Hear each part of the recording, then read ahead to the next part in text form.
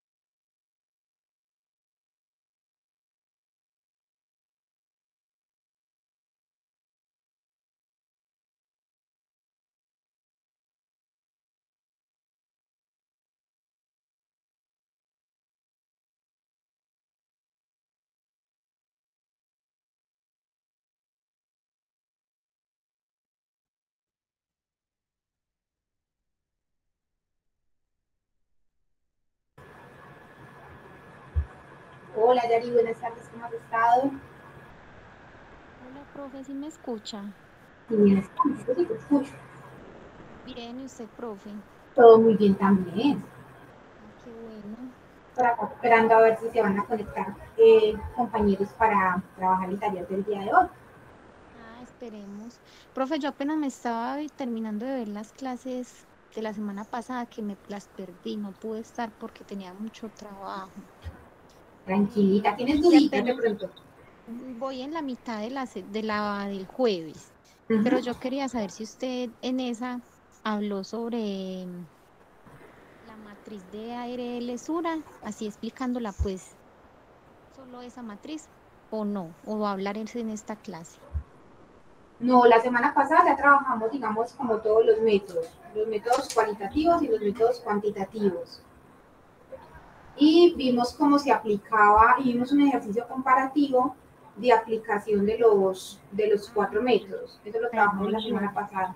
O Ujú. sea, ya explicó ARL Sura. Sí, esa la expliqué en la clase, hoy es 12. Esa la expliqué, si no estoy mal, en la clase del jueves 30. Ah, Pero ok. si quieres podemos, si quieres, pues mientras se conectan los compañeros, si quieres te puedo dar un repasito para que la mires. Ah, ok.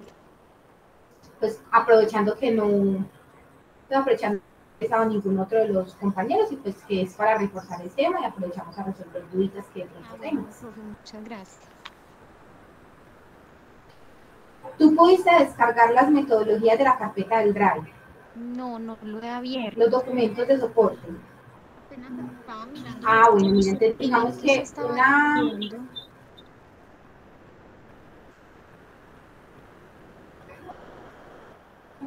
espérame, yo abro acá el link y te lo comparto, ¿cierto? Entonces digamos que,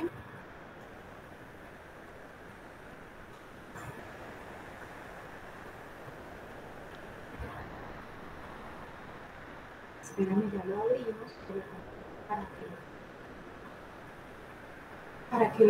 para que las puedas descargar. Ah, bueno, profe.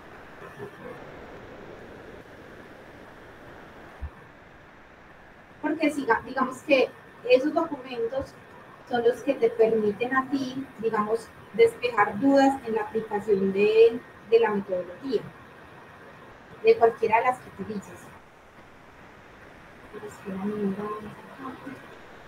Por acá le estaba dando en Drive, pero no me abre. Pero de pronto el computador sí.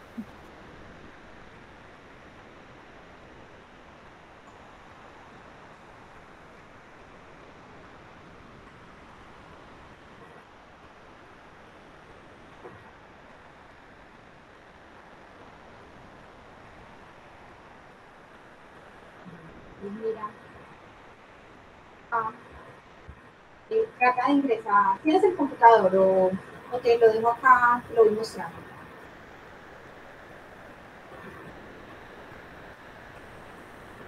Voy a tratar de abrirlo acá, profe, en mi celular. Listo. Igual, acá te voy mostrando, compartí esta carpeta, se llama matriz IPVR, y en esa de matriz IPVR están las metodologías de análisis de riesgos. Entonces acá tienes los cuatro métodos. Tienes la metodología del Instituto Nacional de Seguridad y Higiene en el Trabajo, tienes la metodología de SURA, tienes la GTC 45 y tienes los dos documentos del método FINE. Que esos dos documentos del método FINE están es porque el método FINE original es en inglés. Entonces, como para que no les genere confusión, hay unas tablitas, pues las tablitas del método, que digamos como lo relevante del método, están acá traducidas al español como para que las puedan tener y les sea de más fácil consulta.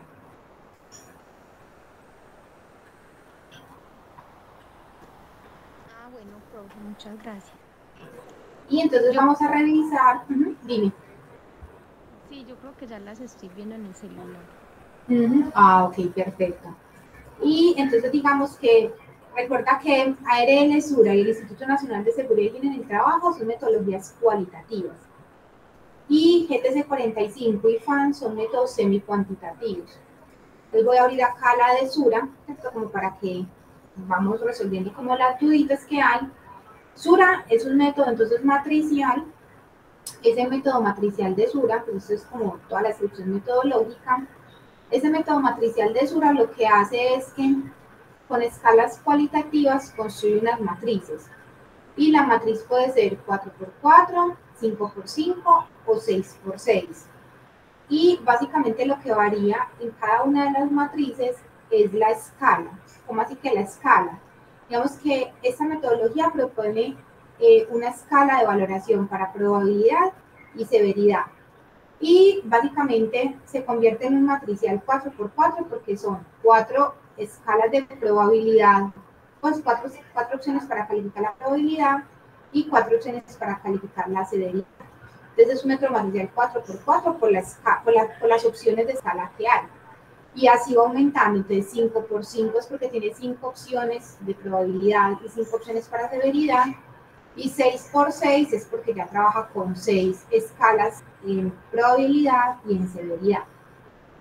¿Qué tiene de chévere este método? Pues este método, digamos que consolida los riesgos independientemente si la matriz es 4x4, 5x5, 6x6, la que uno utilice. Esta escala utiliza únicamente 4 niveles de riesgo, es decir, las opciones de riesgo que dan son 4, que son bajo, moderado, importante y crítico en las 3 matrices. Porque independientemente que utilice la matriz más grande, por ejemplo, que es la 6x6, esta matriz, las opciones de niveles de riesgo que me dan son bajo, moderado, importante y crítico, no sale de ahí. Entonces, da como resultado siempre una de esas 4 escalas de riesgo. Y simplemente lo que cambia es el número entonces de opciones que yo tengo. Mientras que en la 4x4 solamente trabajo con bajo, medio, alto y muy alto. Por ejemplo, en la 5x5 ya me agregan el muy bajo como opción, tanto en probabilidad como en severidad. Y en el 6x6 lo que hacen es que dividen la media en media alta y media baja y conserva la muy alta y muy baja de la anterior. Entonces lo que hace es que aumenta las opciones. Yo les explicaba que digamos que este método lo que busca es que en la medida que yo vaya teniendo más información, yo vaya pudiendo ampliar mi escala de valoración. Normalmente, para yo diferenciar entre un alto y un muy alto, necesito tener datos. Entonces, digamos que en la medida que yo amplíe más la escala de valoración es porque tengo más datos para utilizar el criterio de valoración que esté empleando. Entonces, normalmente uno inicia por una matriz simple, ¿cierto? Que es una matriz 4x4, inclusive la del Instituto Nacional de Seguridad y Higiene en el Trabajo, la otra metodología cualitativa, es 3x3, es todavía más sencillo. Entonces, cuando yo tengo poquitos datos, y me refiero a poquitos datos, son en elementos que me permitan a mí valorar la probabilidad y valorar la severidad. Y esos elementos entonces están asociados normalmente con si he tenido o no incidentes o accidentes de trabajo asociados, qué tan graves han sido los accidentes que han ocurrido, si tengo o no implementadas todas las medidas de control que se requieren para cada uno de los riesgos. Entonces, digamos que esos elementos son los que permiten tener más información. Y en este método en particular, que es un método bastante, digamos, descriptivo, estas escalas se encuentran acá descritas en el método. Entonces, si tú vienes y miras, acá en la metodología, entonces se dice, si usted va a calificar, entonces viene y le dice, me devuelvo, entonces le dice, usted va a calificar la probabilidad. Entonces, si va a calificar la probabilidad y va a utilizar la matriz 4x4, entonces la probabilidad se califica como baja, como media, como alta y muy alta. ¿Listo? Y entonces le dice, ¿cuándo es baja? Entonces le dice, es baja cuando los controles, ¿cierto? Y defensas establecidos hacen improbable la materialización del riesgo, nunca se ha expresado, es difícil de que ocurra, puede ocurrir en circunstancias excepcionales. Y le complementa, le dice, hay un gran número de controles de ingeniería que no son basados en comportamiento y que están diseñadas a prueba de fallo, hay un pequeño número de controles administrativos y barreras, y la mayoría de los trabajadores asumen comportamientos seguros.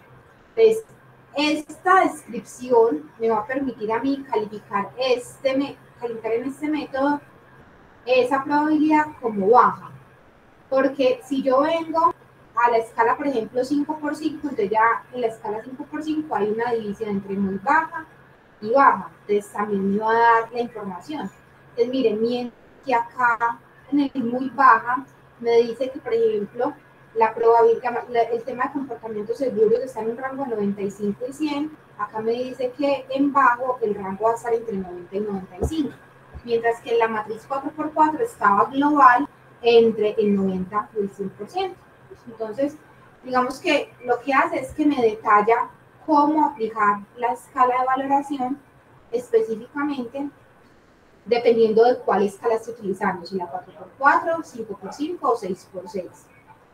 Y así también, entonces, está descrita la escala para probabilidad y también está descrita, bueno, también trae algo súper chévere y es que para los riesgos que son medibles, esos riesgos que son medibles, como los riesgos higiénicos, por ejemplo, el ruido, las vibraciones, los químicos, la iluminación, que uno tiene datos de medición, en los cuales uno puede tener datos de medición, también le da criterios para aplicar la escala en 4x4, 5x5, 36x6. Entonces, por ejemplo, si yo estoy utilizando la matriz 5x5 y estoy analizando la probabilidad en un peligro como lo es el ruido, me dice, vea, si usted tiene mediciones de ruido que le digan que los niveles de presión sonora son más de 95, entonces va a ser muy alto. ¿Listo? Entonces, digamos que, entonces eso te va a permitir aplicar la metodología, digamos, mucho más fácil. Y así, para probabilidad y para severidad. Recuerda que la severidad es lo mismo que la consecuencia, porque son homólogos, son palabras sinónimas. Y de la severidad en este método es súper chévere porque no solamente se asocia con pérdidas o daños a la salud, es decir, daños a las personas, sino que también considera daños económicos y daños a la propiedad. Entonces le dice, vea, en la escala de severidad puede utilizar variables como afectar a la salud, pero también puede utilizar variables como las pérdidas económicas medidas en términos de salarios mínimos mensuales legales vigentes, en términos del EBITDA, en términos de afectación de la imagen de la empresa, en términos, por ejemplo, de suspensión de actividades o paros de proceso, pérdidas de información. Entonces, digamos que los criterios que utiliza son más amplios que solamente decir hay o no hay lesión en la persona. Porque un riesgo, por ejemplo, como un riesgo tecnológico, por ejemplo, un derrame, entonces un derrame puede que no me afecte o no me genere lesiones en las personas, pero ese peligro de tipo tecnológico me puede generar un paro en proceso y ese paro en proceso pues obviamente se va a traducir en plata y eso va a ser una pérdida económica para la compañía. Entonces también le permite a uno valorar en términos de severidad no solamente el impacto a la salud de las personas, sino también valorar otros tipos de impacto. Mira que el método trae descrita la escala. Entonces me dice, para la escala 4x4, como valido la severidad, para la escala 5x5 y para la escala 6x6. Exactamente lo mismo. Vamos hasta ahí. Sí, profe. Sí, ahí sí, digamos, como que te queda un poquito más claro. Sí, profe, muchísimas gracias. No, es que definitivamente cuando yo esté diseñando mi propio sistema voy a coger esta matriz. Me parece muy, muy completa y muy descriptiva. A mí me gusta mucho. A mí este método me gusta. A mí los métodos cualitativos me gustan más que los métodos cuantitativos, la verdad. A ti, si te soy sincera, me gusta más trabajar con metodologías cualitativas que cuantitativas. Uno, porque es mucho más fácil de explicarle a las personas una metodología de valoración cualitativa. Y dos, porque es más simple. Entonces, si miras, por ejemplo, el comparativo que hicimos el jueves, si tú miras en la aplicación del método, digamos que lo alcanzamos a hacer para uno de los peligros que identificamos en ese que hicimos. Y si tú miras, digamos que cuando yo estoy aplicando una metodología tipo cualitativa, por ejemplo la ARL SURA o la del Instituto Nacional de Seguridad y Higiene en el Trabajo, pues mira que simplemente son dos variables, probabilidad y severidad, no más. Entonces eso me simplifica muchísimo la valoración. Sí, es que así es más Mientras sencillo. que, exacto, entonces, mientras si vienes a aplicar una GTC 45, Entonces tienes que calcular que el nivel de eficiencia, que el nivel de exposición, el nivel de probabilidad que te da de multiplicar de riesgo por exposición, la consecuencia para poder obtener el nivel de riesgo. Entonces es un método mucho más complejo para uno, digamos, aplicar y sobre todo bajarlo a otros niveles. Es, digamos, completamente.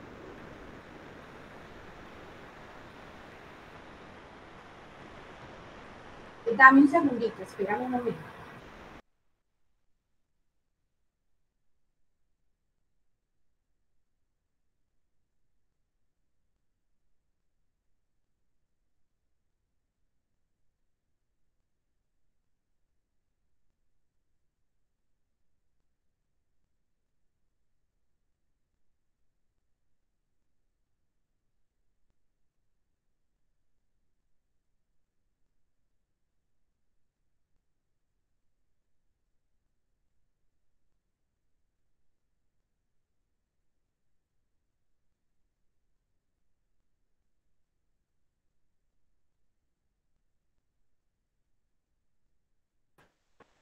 Listo, qué pena. Estaba acá respondiendo algo urgente.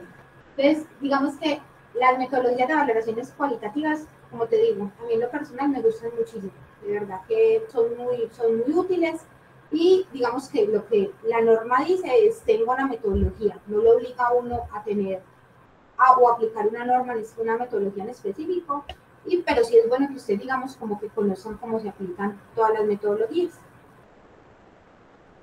Sí, aparte si uno la entiende mejor, la explica mejor.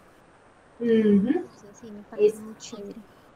exacto, sí. Entonces lo que hicimos la clase pasada, pues el encuentro pasado, fue identificamos varios peligros, ¿cierto? O sea, vimos un video que lo tienes ahí también compartido en la carpeta, pues identificamos todos esos peligros en ese video y en la identificación de esos peligros, entonces nos enfocamos en la valoración de uno de esos peligros. Íbamos a hacer dos, pero pues no alcanzamos sino a hacer uno en ese ejercicio. Y aplicamos las cuatro metodologías, entonces aplicamos la metodología de ADL Sura, aplicamos la metodología del Instituto Nacional de Seguridad y Higiene en el Trabajo, aplicamos la GTC 45 y aplicamos el método FINE. Y pues digamos que fue muy chévere porque pudimos, digamos, y acá en la segunda hoja hicimos como un recorte de las tablitas para poder tener ahí como la referencia de qué significaba cada uno en la aplicación pues como del método y del comparativo que utilizamos. Y pues ya es como lo que tú dices, de gustos, ¿cierto? O sea, de gustos y de entendimiento del método para uno poder aplicar esa metodología y poder llegar más fácil a explicarlo a los diferentes grupos de interés que uno va a tener que llevar esa metodología para explicarla en las organizaciones.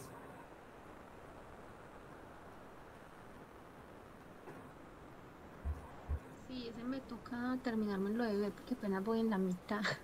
Tranquilita, no te preocupes. Entonces ahí están los videos, se pueden colocar al día, no hay problema. Y pues igual si van teniendo dudas, también estoy disponible para resolverlas en el momento que lo necesiten. Ah, profe, y otra pregunta que hace mucho tiempo y la tengo y se me olvidó. Siempre que estamos en clase se me olvida. Usted en una de las clases que yo me vi pues grabada había pedido los correos para que nos aparezca en el calendario el link para entrar directo a la clase. Ajá. ¿Será que le puedo dar el No, correo para no, que me aparezca a mí? claro, súper. Dámelo de una vez y yo te incluyo para que puedas tener acceso directo al link desde el calendario del correo y no tengas que entrar a buscar el link a la plataforma de la AAA. Ustedes me lo mandas por el chat y yo te puedo incluir en ello.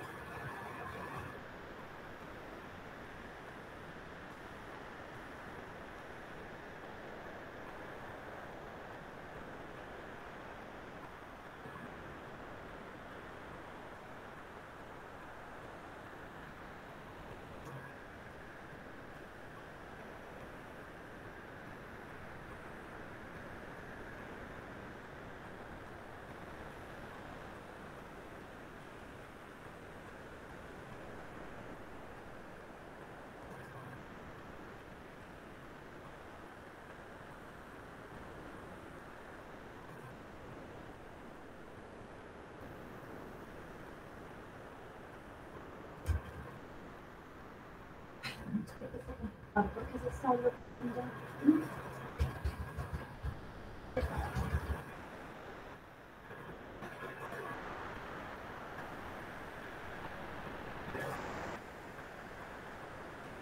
Ya mismo te agrego de una vez para que quede el grabado. Listo, profesor, se lo mandó. Perfecto, ya mismo también te voy a enviar acá para que puedas ingresar.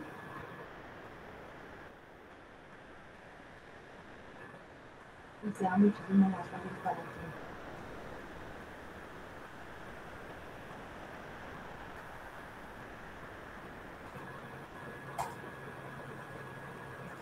Listo, gracias. Bueno, entonces vamos a retomar aquí en nuestra presentación. Vamos a retomar aquí.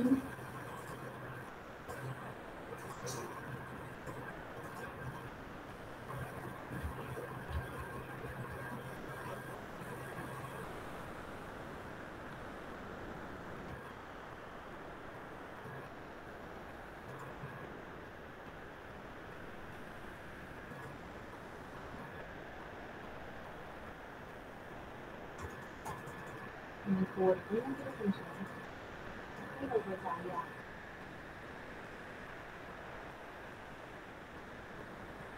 No quiere funcionar mensaje.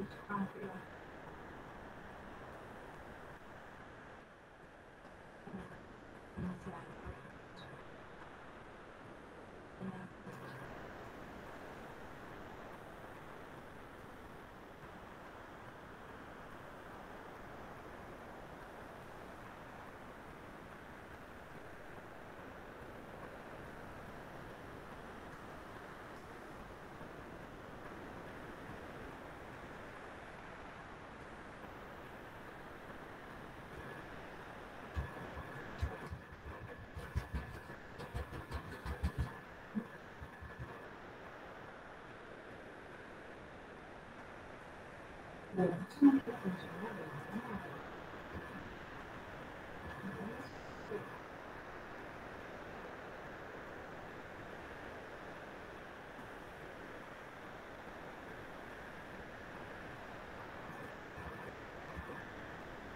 Bueno, logro resolver acá ya el tema de la presentación. Para hoy, digamos que yo les traía un videíto. Este video es un TED sobre el tema de percepción, porque digamos que cuando uno trabaja en el tema de valoración en el tema de valoración de riesgos, sobre todo en la aplicación de estas metodologías, el tema de percepción tiene una incidencia muy alta, porque si miras, digamos que para aplicar las metodologías, digamos que depende mucho, en gran medida, de la experiencia de quien está haciendo la aplicación del método. Entonces, digamos que quiero como reforzar mucho en ustedes ese concepto de percepción y ese tema de percepción, llevarlo al tema de percepción de riesgos, para que usted digamos que en esos ejercicios de análisis e identificación y valoración que hacen en temas de peligros y riesgos, pues digamos no se les olvide que en eso hay un nivel de incertidumbre muy alto y que ese nivel de incertidumbre definitivamente va a estar asociado con el tema de percepción. Entonces vamos a ver este videito y aprovechamos entonces digamos para conversar un poquito sobre ese tema de percepción. ¿Me confirmas porfa si enseguida empieza el audio se escucha sin problema?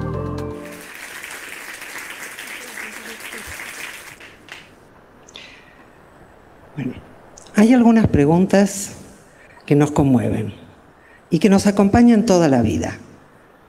Una de las mías es esta: ¿qué vemos cuando vemos? Y también, ¿qué ven los demás? Y cómo ponernos de acuerdo. Y, por supuesto, ¿quién decide? El tema de la percepción me apasionó siempre. Tal vez esto fue uno de los comienzos, un momento que yo le pedí permiso a mi papá para ir a un campamento.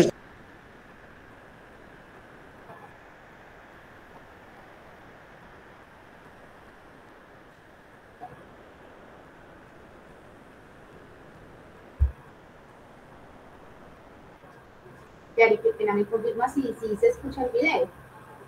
Profe, sí, pero se pausó. Ah, sí, ya yo lo pausé para validar si te estaba escuchando para no ir a perder el video. Listo, ya lo coloco desde el principio. Cuando vemos. Y también qué ven los demás. Y cómo ponernos de acuerdo. Y por supuesto, quién decide. El tema de la percepción me apasionó siempre. Tal vez esto fue uno de los comienzos, un momento que yo le pedí permiso a mi papá para ir a un campamento, ya me estaba diciendo que sí, y se enteró que había carpas mixtas. Un desastre. Él debe haber visto algo así. No sé qué ven ustedes, yo veo una pareja en una situación íntima. ¿Ustedes también? Pero yo era una chica de 13 años y como la mayoría de los chicos, veía delfines. ¿Ustedes? ¿Los ven los delfines? Algunos sí, otros no. Así empiezan las peleas. Pero también así empieza la maravilla. La oportunidad de ver desde distintos puntos de vista, de conocer el mundo de muchas maneras diferentes, porque siempre las hay. Porque nuestra percepción y nuestro conocimiento no es algo que se nos da naturalmente como un reflejo de lo que hay, aunque nos educaron en eso, sino como un encuentro con el mundo. Y el contexto es fundamental para darnos cuenta de cómo percibimos. Por eso les voy a invitar a compartir este otro experimento de Adelson. Este experimento tiene dos marcadas baldosas, una dice A y otra dice B.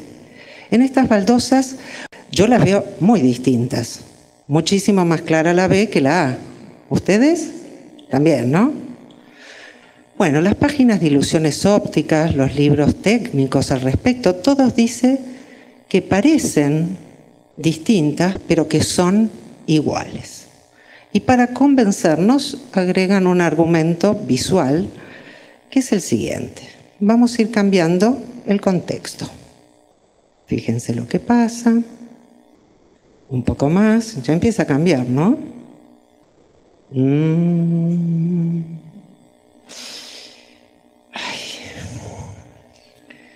Ahora las veo igual.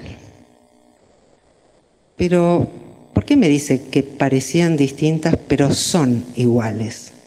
Antes las veía distintas, ahora las veo igual. Lo único que cambió es mi percepción. Yo no tuve un acceso a una realidad aparte de la percepción. Algunos dirán, bueno, el que hizo el experimento sabe qué pigmento usó y usó el mismo. Pero resulta que el pigmento no tiene un color en sí. El color es algo que se forma en un ser que puede percibir, una persona, un animal, en un contexto donde hay una luz. De noche, todos los gatos son pardos. Si no se encandilan, todos son blancos. Sea el que fuere el pigmento que haya ahí, porque los pigmentos solos no producen nada. Nuestra experiencia del mundo como seres perceptivos es muy compleja. Además del contexto, de la experiencia, de la imaginación, como le pasó a mi papá, de cómo nos entrenaron. Los médicos ven algunas cosas en las ecografías que yo de casualidad no veo. En la primera ecografía, debo decirlo, lo único que pude darme cuenta fueron de las costillas de mi hija. El resto no entendía nada. Y ellos lo pueden percibir. Y es que percibir es una actividad que depende mucho también de la historia y de lo que esperamos ver. Ahora los voy a invitar a hacer otro experimento donde el lugar crucial va a ser la atención. Así que les pido, como las maestritas de escuela, por favor, presten atención. Vamos a ver un video. Hay dos equipos, uno con camiseta blanca y otro con camiseta negra. Se están pasando la pelota entre sí, hay dos pelotas y ustedes tienen que contar los pases de pelota del equipo blanco. Nada más que los pases de pelota del equipo blanco. ¿Están listos? Ya.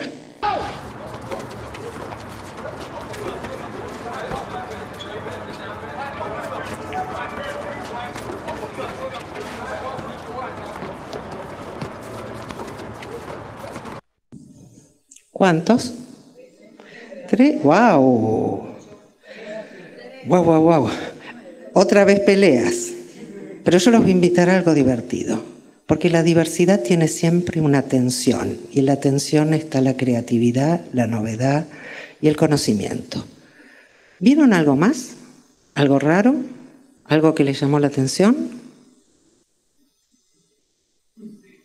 Sí, por ahí atrás hay alguien que vio tal vez un animal grandote del tamaño del gorila o un oso, un bicho enorme que pasó, se quedó en el medio, bailó. ¿No lo vieron?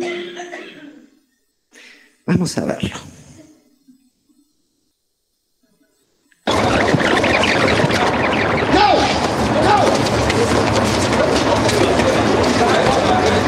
Ahí entra en el centro, mueve los brazos, baila, se queda un rato, Yo lo adoro y lo hice montones de veces y es muy gracioso. A veces sale bien, aunque uno vaya como un estúpido y diga, ¿hicieron el experimento del gorila invisible? Igual, cuando están contando los pases, una gran mayoría, aproximadamente más del 50%, por lo menos, no lo ve. Y lo que es más divertido todavía, hicieron una investigación, Simon y Chabris, que fueron los que crearon una versión de este experimento, y preguntaron a la gente si creería que vería un gorila o no contando los pases. Y dijeron, claro que sí, el 75% de la gente cree que deberíamos verlo. Y sin embargo, muchos no lo vimos. Los investigadores dicen que esto se debe a un fallo que llaman ceguera atencional. Es decir, que la atención nos deja ciegos. A mí me sorprendió todavía más la interpretación que el experimento. ¿A alguien se le ocurrió alguna vez que una piedra es ciega porque no puede ver? Nunca diríamos eso. ¿Por qué tendríamos que ver nosotros algo cuando estamos prestando atención a otra cosa? La verdad es que en nuestra cultura llevamos ya siglos de sospechar de los sentidos, ¿no? Ya Aristóteles, Platón sospechaban de ellos. Y en la actualidad los neurocientíficos sospechan del cerebro y dicen que nos engaña. Es muy común que cuando nuestras expectativas fallan, salgamos a buscar al culpable. Los científicos no son ninguna clase de excepción a esta regla y salen como en las películas Cherchez la femme, ¿no? Como en el policial, hay que ir a buscar al culpable. Rara vez se cuestionan si las expectativas eran adecuadas, si realmente nuestra visión nos muestra lo que hay, o si lo que falla es la teoría de la visión. A la percepción no le falla nada. Nosotros hablamos, por ejemplo, de ilusiones ópticas. ¿Ustedes vieron algún anteojo ilusionar? Sería rarísimo, ¿no? Cuando dicen que el cerebro nos engaña, ¿a qué yo estaría engañando mi cerebro? Y me pregunto también, ¿el cerebro es un órgano que tiene intenciones propias, separadas, independientes? Yo creo que no.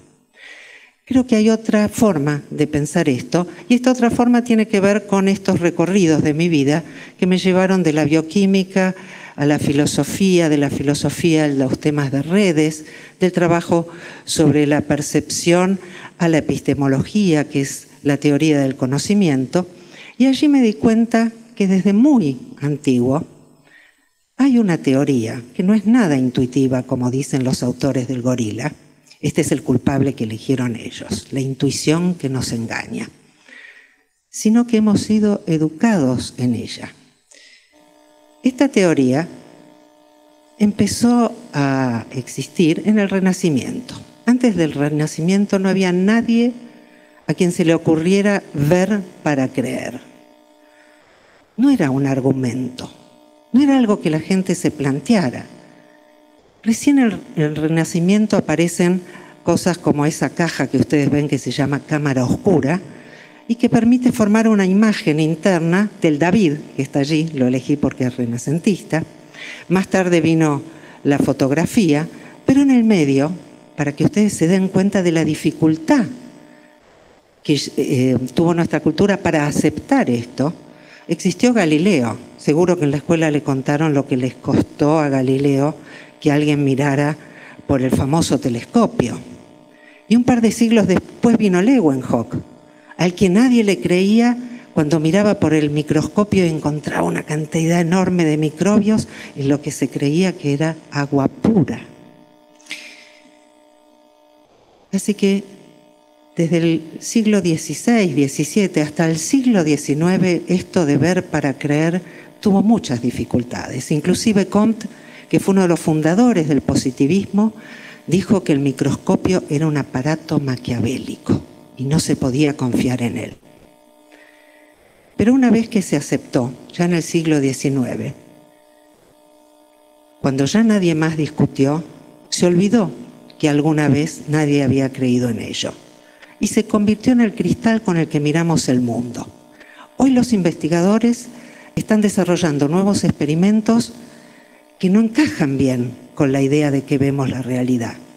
Todos aceptan que no vemos la realidad. Lo increíble es que siguen creyendo en la realidad, es decir, en una realidad externa, independiente, que nació precisamente en ese momento, en esta idea de separación entre el que conoce y aquello que conoce, en eso que hoy llamamos teoría de la objetividad. La objetividad es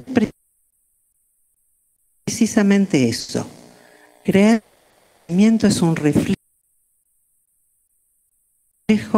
en la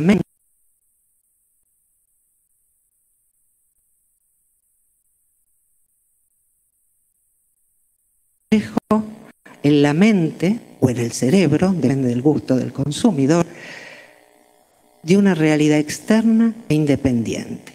Lo que nosotros estuvimos haciendo en los experimentos es darnos cuenta que lo que percibimos no es un reflejo del mundo, sino que depende de nuestra actividad, de nuestra forma de ser afectados, de nuestra historia, de la gente con la que estamos trabajando. El conocimiento no es objetivo, pero tampoco subjetivo. Una de las dificultades enormes para dejar de pensar en la objetividad o para cuestionarla siquiera, tiene que ver que nuestra cultura solo concibe dos cosas, o es objetivo o es subjetivo. Pero los que vieron al gorila, ¿qué son? ¿Objetivos o subjetivos? ¿Y los otros? ¿A quién ponemos en cada grupo? Cuando nosotros abandonamos este pensamiento dicotómico que solo admite dos opciones y entramos en el mundo de interactividad, tenemos otra posibilidad de comprender nuestra experiencia del mundo.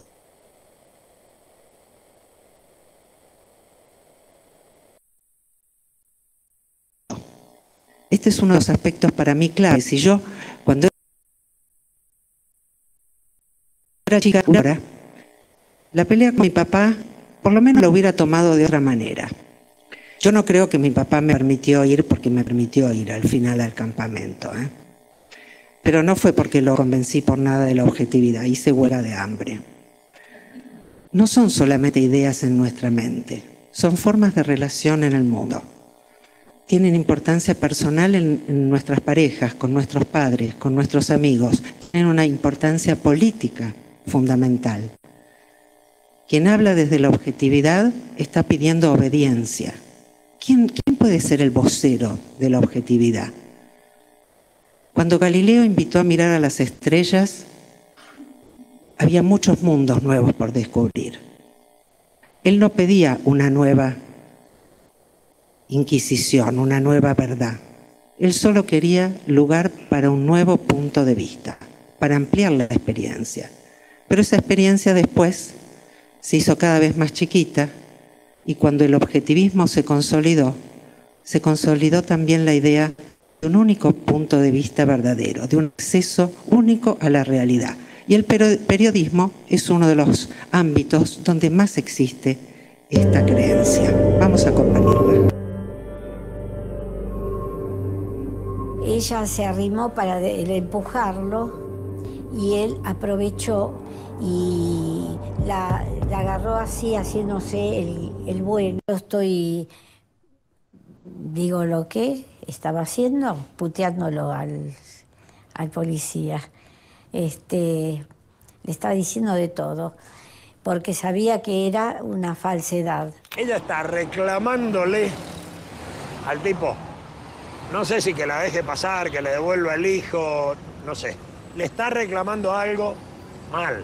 Y en un momento dado, ella le golpea el pecho al policía. En ese momento en que ella le pega, él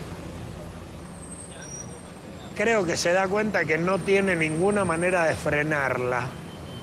Y la única manera de pararla es o le da un cachetazo o la abraza. Es muy importante la foto de Jorge Sánchez porque muestra justamente otro gesto, es la misma situación en otro gesto de mucha tensión, donde la madre está gritándole y el policía la mira con un gesto muy desagradable. Y esa foto Jorge Sánchez la expuso en la muestra de periodismo gráfico de 1983 junto con esta. Los fotógrafos, cuando mostraron las fotos, mostraron las dos juntas. Se abre la exposición la primera noche, el primer día, y al segundo día van a la exposición y la foto de Sánchez no está.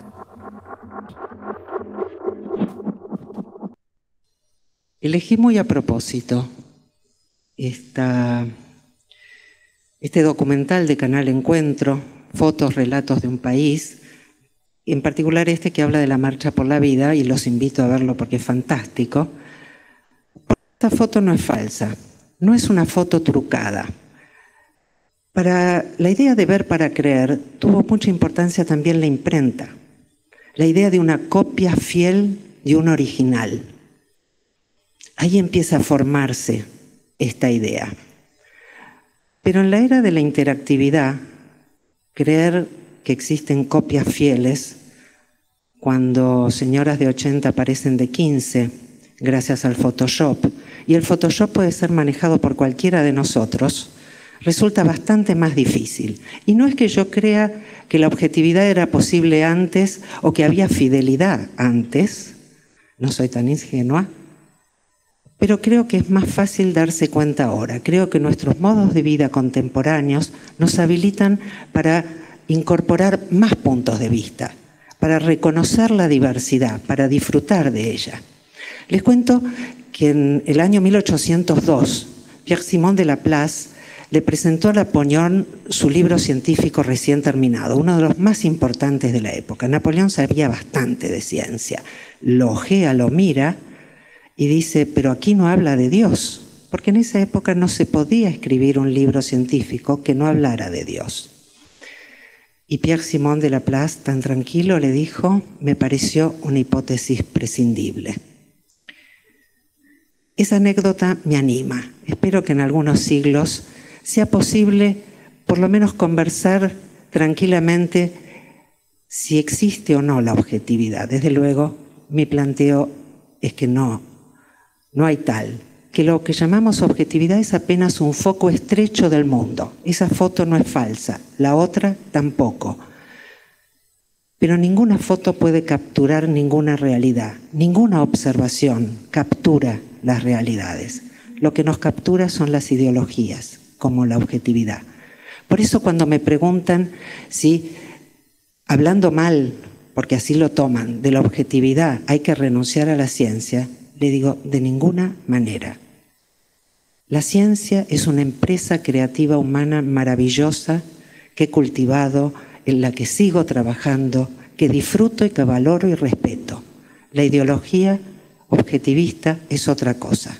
No es ciencia, es ideología. Y es un sistema a través del cual nos invitan a aceptar pasivamente en vez de comprender activamente. Tal vez de lo que se trata en estos tiempos de interactividad es abrir nuestra experiencia a un mundo donde quepan muchas experiencias distintas.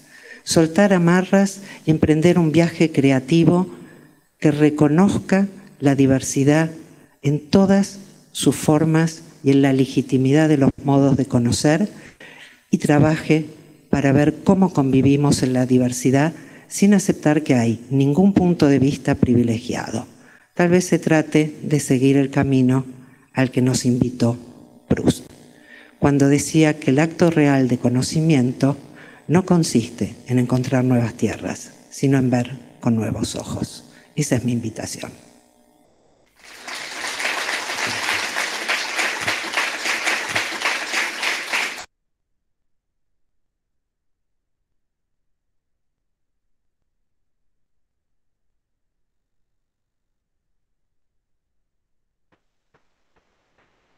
Bueno chicos, entonces digamos que quería traerles este video, pues digamos que en temas de percepción hay muchos videos por uno mirar, pero digamos que tiene algunos aspectos muy relevantes que son importantes tener en cuenta en el momento en el que somos actores en esos ejercicios de análisis de riesgos en las organizaciones. Y digamos que a veces nos cegamos mucho en poner el videito en el que nos colocan a contar, los ponen a contar los pasos del equipo blanco y pues digamos entre el medio aparece el muñeco ahí peludo y pues difícilmente uno lo ve si está enfocado en otra cosa. Entonces digamos que exactamente lo mismo le pasa a uno cuando a uno se le vuelve en paisaje los riesgos en la organización.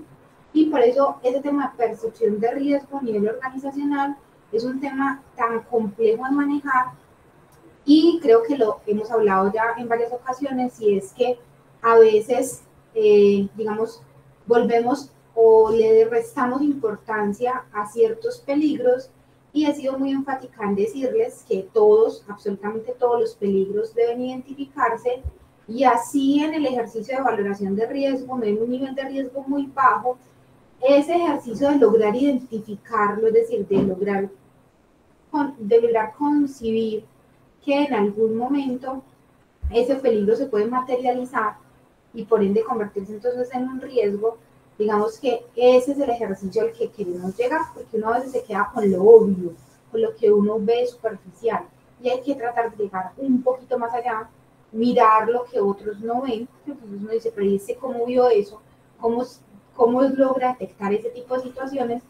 Eso es, digamos, a lo que tenemos que llegar, pero es un tema netamente de percepción, o sea, es un tema de percepción y que única y exclusivamente estar en campo, estar ahí metidos, hacer, conocer los procesos, conocer cómo se hacen las tareas, los hábitos de las personas, ¿listo?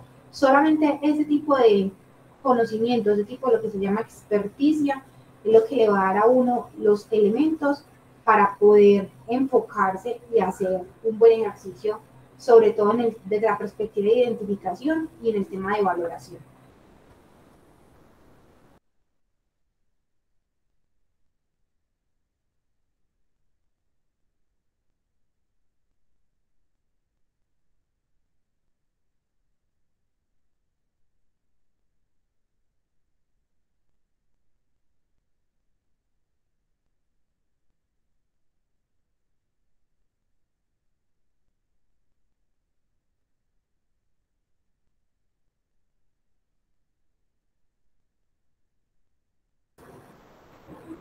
Bueno, recuerden que estamos entonces por aquí retomando el paso a paso de nuestra metodología para identificación de peligros, evaluación y valoración de riesgos. ¿Sí? Y pues dijimos que esa matriz o ese mamotrito que uno ve, que parece una colcha muy grande, ¿cierto? Que da hasta pereza, como a veces mirarla, esa matriz, entonces digamos que se desagrega en una serie de pasos, ¿no? Es decir, que podemos detallar eso en un grupo de actividades que nos van a facilitar un poco la aplicación del método para poder hacer un buen ejercicio y tener un buen resultado y que ese resultado sea útil desde la perspectiva de gestión. Entonces, cuando hablamos de esos pasos, pues recuerden entonces que por allá dijimos al principio pues que partimos de tener un instrumento de recolección de información que básicamente es la matriz que vayamos a utilizar, tener definido pues como el tipo de matriz con el cual vamos a trabajar y que siempre la recomendación es trabajar esas matrices definitivamente en Excel por posibilidad de manejo de información. que la siguiente etapa del proceso es hacer la clasificación de los procesos, actividades y tareas, y que una vez desagregada la empresa, la organización, por procesos, actividades y tareas, lo que uno hace es realizar la identificación de todos los peligros. Entonces, recuerden, hacemos un listado de todos los posibles peligros a los cuales se van a exponer esos trabajadores durante la ejecución de esas tareas, en esas actividades que pertenecen a un proceso. Entonces, hacemos todo el listado de todos los posibles peligros. Y que para eso nos podemos apoyar de las clasificaciones de peligro recomendadas que nos dan varios autores, como son las que vimos de GTC 45 y la del Ministerio de Protección Social. Luego, digamos que para cada uno de esos peligros que yo tengo identificados, identifico qué controles tengo implementados en el momento de iniciar mi ejercicio de valoración. Es lo que yo llamo como el punto cero, o mi línea base, mi punto de partida. En ese momento cero, ¿cuáles son esos controles que tengo implementados para evitar que ese riesgo se materialice? Si tengo bien, si no tengo, pues coloco que no tengo ningún tipo de control implementado. Y vengo y entonces utilizo, hago el ejercicio de valoración. Entonces ya, una vez yo tengo todos los peligros, entonces ya vengo y valoro esos peligros, y en ese ejercicio de valoración es que convierto esos peligros en riesgos, porque combino la probabilidad de que el evento se materialice con la severidad o la consecuencia del impacto que va a tener ese evento en el momento que ocurre. Y entonces ahí es cuando aplicamos, ¿cierto?, las metodologías de análisis de riesgos, y en esas metodologías de análisis de riesgos, ustedes recuerden que las vimos, métodos cualitativos o semi-cuantitativos, que lo que utilizan son escalas de valoración para valorar probabilidad y consecuencia, y que básicamente lo que yo busco es definir si el riesgo es o no aceptable, ¿cierto? Entonces, cuando a mí me dicen que el riesgo es aceptable o no, eso, digamos que lo que me está a mí diciendo es que usted como organización, con qué tipo de riesgos es capaz de convivir. Es decir, ¿qué es para usted tolerable? Entonces, si usted me pregunta a mí, ¿listo? Entonces digamos que para una organización debería ser, digamos, no debería ser tolerable, o se consideran riesgos no aceptables todos aquellos riesgos que puedan generar la muerte de un trabajador y que eso haya ocurrido, o sea, o que eso se pueda materializar. Entonces, si uno se pregunta, como saludista, o como administrador de seguridad y salud en el trabajo, pues digamos que uno no debería por qué poder convivir con ese riesgo de que el trabajador se le pueda matar. Y eso, créanme chicos, que eso se cuantifica. En proyectos como, pues, o en sectores tan críticos como por ejemplo los proyectos hidroeléctricos, como el sector de hidroeléctricas, que por ejemplo, nuestro país tiene grandes hidroeléctricas y sigue construyendo hidroeléctricas porque una de las fuentes de energía más rentables que tenemos son esas hidroeléctricas por la cantidad de fuentes hídricas que tenemos. Proyectos de esa magnitud, o sea, de esa envergadura, son proyectos que presupuestan los muertos, es decir, es un proyecto a 3, 4, 5 años, y en esos proyectos están presupuestados los muertos, es decir, tienen previsto que por la ejecución del proyecto sea aceptable, es decir, no sé, que haya 5 muertos, y eso lo presupuestan, porque ustedes saben que eso finalmente pues, se traduce en plata para la organización, y eso está previsto.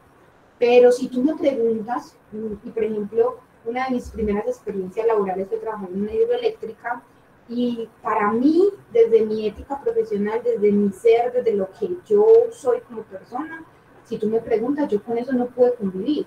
Y cuando pasó el primer accidente de trabajo mortal, yo fui de las primeras que salí de allá, porque en mí no fui capaz de soportar, digamos, todas las implicaciones, sobre todo morales y éticas que eso tiene detrás. Si bien es cierto, la familia queda bien, a la familia se le paga, se responde por todo lo que implica un evento de esos, eso desde ningún sentido moral es concebible. O sea, estamos jugando con la vida de las personas y eso no tiene por qué ser algo que yo acepte.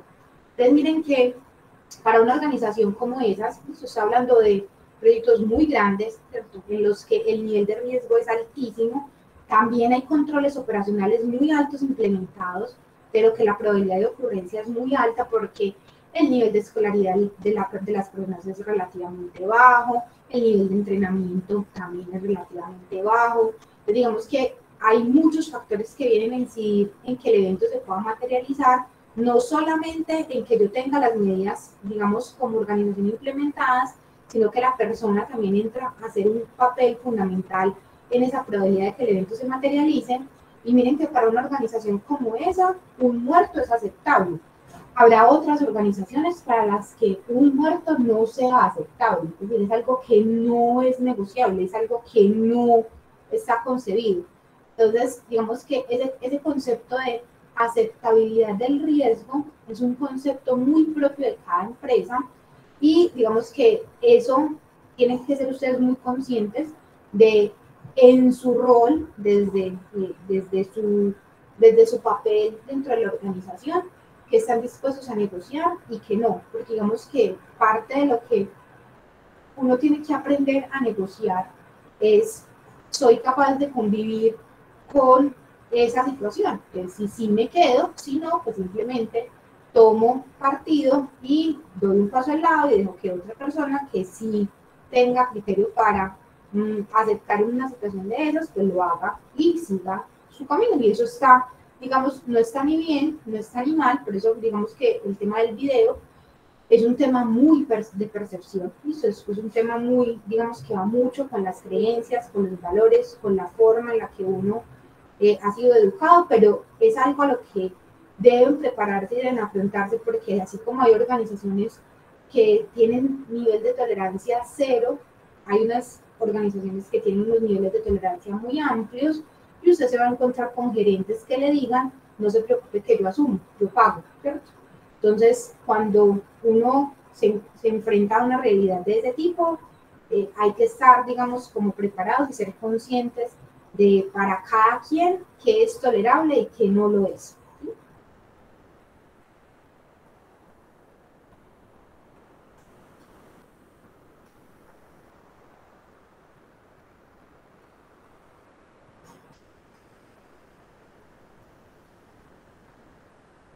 Bueno, resulta que metodológicamente, ¿cierto? Eso hay que dejarlo definido. Es decir, dentro de mi proceso, dentro de mi procedimiento, de mi metodología de identificación, evaluación y valoración de riesgos, yo como organización debo dejar declarados, ¿cierto? En función del nivel de riesgo que haya obtenido, ¿cierto? Cuáles riesgos se van a considerar aceptables y cuáles no. Entonces miren que esto conecta directamente con la metodología de análisis de riesgos que hayan aplicado. Entonces, dependiendo de la metodología de análisis de riesgos que uno aplique, recuerden que el riesgo va a tomar una denominación, o se va a llamar de alguna forma. Entonces, digamos que uno puede utilizar los criterios de aceptabilidad de riesgos que cada una de las metodologías propone. O uno mismo construir, digamos, como una referencia e incluirla dentro de la metodología para determinar qué riesgos son aceptables y cuáles riesgos no son aceptables. Entonces me dice, profe, ¿cómo así? Explíquenme un poquito más eso, que estoy como un poquito perdido. Entonces, recuerden que el nivel de riesgo o el valor del riesgo para cada uno de los peligros que uno identifica resultan de la aplicación metodológica de cruzar probabilidad y consecuencia. Entonces yo crucé probabilidad y consecuencia para cada uno de esos peligros y eso me dio un valor de riesgo, que dependiendo de la metodología, eso va a tener un nombre. Entonces acá, a modo de resumen, acá tienen, digamos, como las alternativas o las opciones que cada una de las metodologías da. Y recuerden entonces que, un poquito de zoom, ¿sí? Recuerden que vimos 4 metodologías. Según la metodología de matriz española, que es la del Instituto Nacional de Seguridad y Salud en el Trabajo, método cualitativo, recuerden que según esa metodología, a mí el riesgo que viene a cruzar probabilidad y consecuencia, recuerden que es el que utiliza el ligeramente dañino, extremadamente dañino, ¿cierto? En ese caso, Entonces, digamos que las opciones de riesgo o las alternativas para calificar el riesgo, resultado de combinar esa probabilidad, esa consecuencia, de según esa metodología, el riesgo puede ser o trivial, o tolerable, o moderado, importante o intolerable. Significa que voy a obtener uno de esos 5 niveles de riesgo. Y asociado a cada uno de esos niveles de riesgo está, digamos, la aceptabilidad del riesgo, ¿cierto? Entonces, cuando a mí me hablan de aceptabilidad del riesgo es si ese riesgo es o no manejable para mi organización. Y pues normalmente eso está directamente asociado con la escala. ¿Uno qué riesgos va a aceptar? Normalmente uno acepta los riesgos cuyo nivel de valoración sea el más bajo. Chicos, denme un segundito.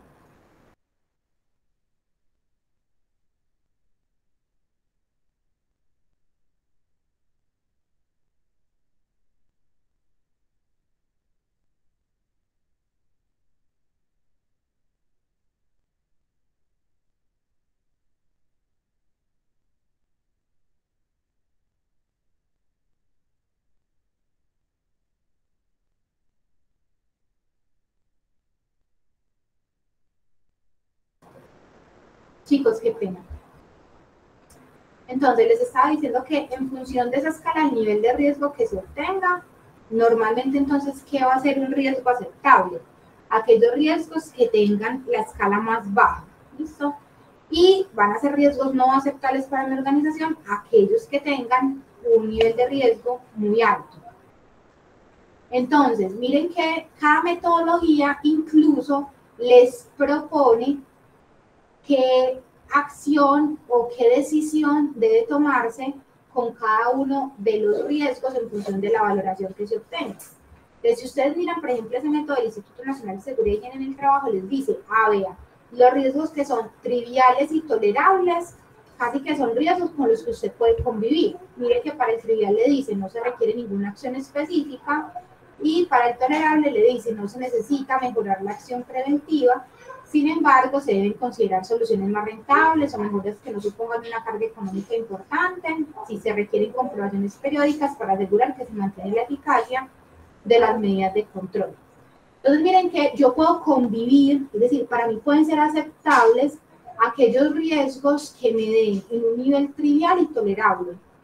Ya aquellos niveles de riesgo para esta metodología, moderados, importantes e intolerables, son riesgos que yo no aceptaría, es decir, que en mi criterio de aceptabilidad del riesgo yo diría, no, estos riesgos no son aceptables y las acciones que hay que hacer son estas. Y uno puede utilizar como referencia lo que el método define. Y miren que cada metodología trae descrita cuál es, digamos, como su recomendación o la acción asociada dependiendo del valor de riesgo que obtengan. Entonces, miren, mientras acá es trivial, tolerable, moderado, importante e intolerable, digamos que para otra, como la de Sura, recuerden que es un método, que es el método matricial, 4x4, 5x5, 6x6, en este, por ejemplo, en este método, ya los riesgos que me van a resultar van a ser el bajo, medio, alto o crítico. Y también el método trae definido qué consideraría yo riesgos, aceptables o tolerables para mi organización y cuáles no. Entonces me dice, vea, si eso le da bajo o medio, entonces me dice, si es bajo es aceptable y en medio es mejorable, pero yo podría convivir, por ejemplo, con riesgos cuya valoración me haya dado bajo o medio. Ya si la valoración del riesgo me da alto o crítico, definitivamente van a ser riesgos no aceptables para mi organización que van a implicar medidas de control específicos para bajar el nivel de riesgo, que es el tema que vamos a ver el jueves. Entonces, ¿qué es lo que se asocia con las medidas de control?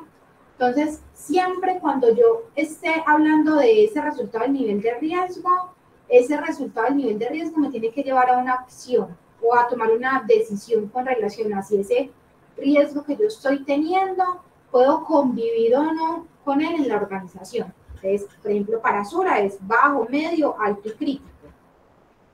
Para GTC 45, recuerden que los resultados de GTC 45, que son numéricos, esos valores numéricos se llevan a un nivel de riesgo, 1, 2, 3 o 4, ¿cierto? Estos son como los niveles de riesgo que se tienen en GTC 45. Y miren que también, o sea, el más bajito, que es 4, me dice que es aceptable, el 3 es mejorable, el 2 me dice que es no aceptable o aceptable con controles específicos, y el nivel de riesgo 1 me dice que definitivamente es no aceptable. Y acá me complementa, vea, cuando es no aceptable o aceptable con controles específicos, se requiere corregir o adoptar medidas de control. Y por ejemplo, los que nos dieron 1 definitivamente son no aceptables y requieren corrección urgente, se considera una situación crítica. Entonces, definitivamente, esos que me den 1 o 2 van a ser, para mí, riesgos no aceptables, riesgos que tengo que sí o sí hacer intervenciones. Uno puede convivir con niveles de riesgo 3 y 4. Y en el método FINE, ¿cierto?, que es el otro método cuantitativo, semi-cuantitativo que vimos, recuerden que ese método también numérico, que también utiliza números, entonces las escalas que nos dan me dice mayor de 400, entre 200 y 400, entre 70 y 200, entre 20 y 70 y menos de 200. Entonces miren qué les dice, esos valores, esos resultados numéricos que se obtuvieron, ¿sí?, en temas de nivel de riesgo, en temas de interpretación del riesgo, ¿cómo se pueden considerar? El de menos de 20 va a ser aceptable, el que me da entre 20 y 70 va a ser moderado, el que me da entre 76 y 200 va a ser notable, entre 200 y 400 va a ser alto, y si me da mayor de 400 es un riesgo muy alto, grave e inminente. Y miren que les da la indicación, ¿cierto? Entonces, ¿yo con qué podría convivir en este caso? Con aquellos que me den, ¿cierto?, incluso hasta 70. Porque me dicen, no es una emergencia, pero debe corregirse, y pues obviamente menos de 20 me dice que puede omitirse la corrección. Pero si ya eso me da por encima de 70, según este método, entonces sería un riesgo notable y requiere entonces implementar acciones de corrección urgentes, inmediatas, e incluso si eso me da mayor de 400, el método recomienda que suspenda la operación hasta que no implemente las medidas correctivas para, ¿cierto?, para controlar esa situación y evitar, porque la actividad se considera muy peligrosa. Entonces, a eso es a lo que se refiere cuando yo hablo en términos de valoración del riesgo. Entonces, cuando yo hago esa valoración del riesgo, entonces ya sea que yo utilice una escala propia, es decir, yo diga así, de las opciones de nivel de riesgo que utilicé, el método que hayan utilizado, ¿cierto? Entonces, eso me da A, B, C o D. Puede ser una opción de escalas de respuesta en términos de riesgo. Entonces yo debo decir, todos aquellos riesgos que me den nivel A, ¿cierto?, como el nivel de riesgo es significativo, entonces esos riesgos para mi organización van a ser no aceptables. Y así sucesivamente. Entonces yo construyo la escala y defino, ¿cierto?, qué riesgos para la organización van a ser o no aceptables. Y entonces les repito, eso es importante porque en términos de aceptabilidad de riesgo, eso va a implicar qué riesgos requieren o no implementar medidas de control, ¿cierto? Porque no a todo, ¿cierto? Uno no a todo le implementa medidas de control, porque si yo tengo, entonces miren, si yo tengo niveles de riesgo que me dieron triviales o tolerables, o que me dieron bajos o medios, o que me dieron 3 o 4, o que me dieron menores de 70, según esas metodologías, pues yo no debería hacer casi que nada. Es decir, yo ya tengo el riesgo controlado, simplemente lo que digo es continúe con las medidas de control implementadas y verifique que el nivel de riesgo siga siendo el mismo. Es decir, en la revisión anual debo garantizar que las medidas de control efectivamente se están implementadas y que el nivel de riesgo sigue siendo el mismo. Entonces, en ese caso, pues yo no voy a pasar a la etapa que sigue, ¿cierto? A la etapa que sigue, que es elaborar un plan de acción para el control de los riesgos, porque ¿qué voy a controlar si ya dije que mi riesgo es aceptable? Es decir, que puedo convivir con ese riesgo sin necesidad de hacer nada. Y el jueves vamos a ver un concepto que es lo que se llama riesgo residual, ¿cierto?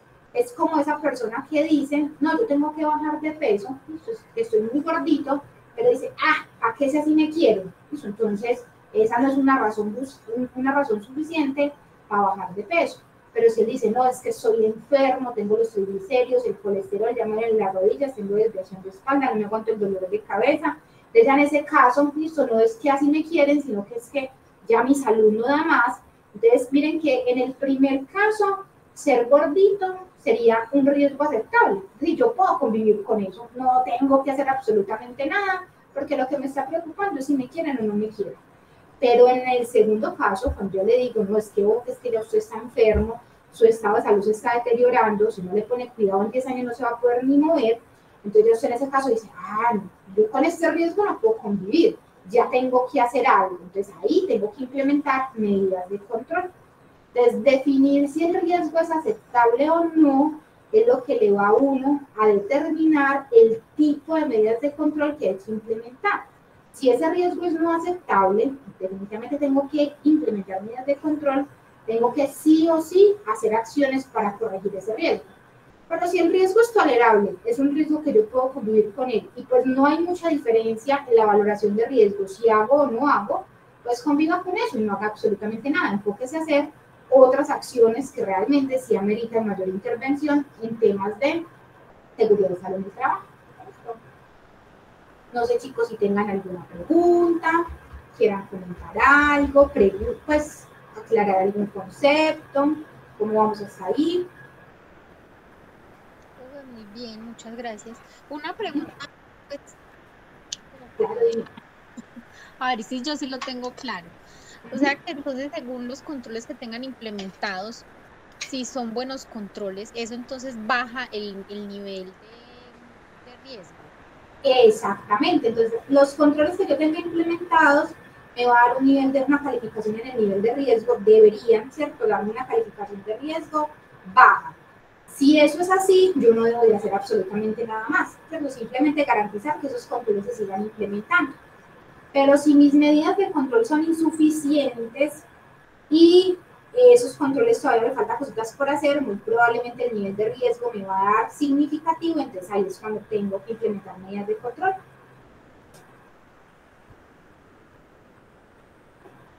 Listo, profe, muchas gracias. Con todo el gusto. El compañero Oscar de pronto tiene duditas, preguntas, puedes hablar o escribir.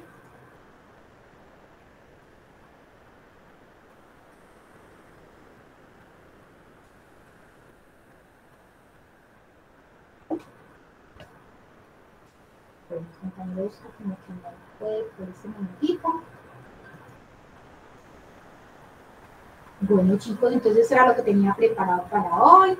Les subo el video, les subo la presentación y pues espero verlos conectados el jueves para que trabajemos entonces en el tema de medidas de control. Vamos a ver un concepto fundamental que es el concepto de riesgo residual para que entiendan un poco el tema de la objetividad de los planes de intervención y pues podamos ir como dándole cierre a el tema de matriz IPBR, que la idea es que podamos ir terminando la próxima semana este tema. Profe, y después continuamos con lo de la matriz legal. Seguiríamos con el tema de matriz legal, exacto. Bueno, profe, muchísimas gracias. Con todo el gusto. Una feliz noche. Hasta luego. Chao, feliz noche.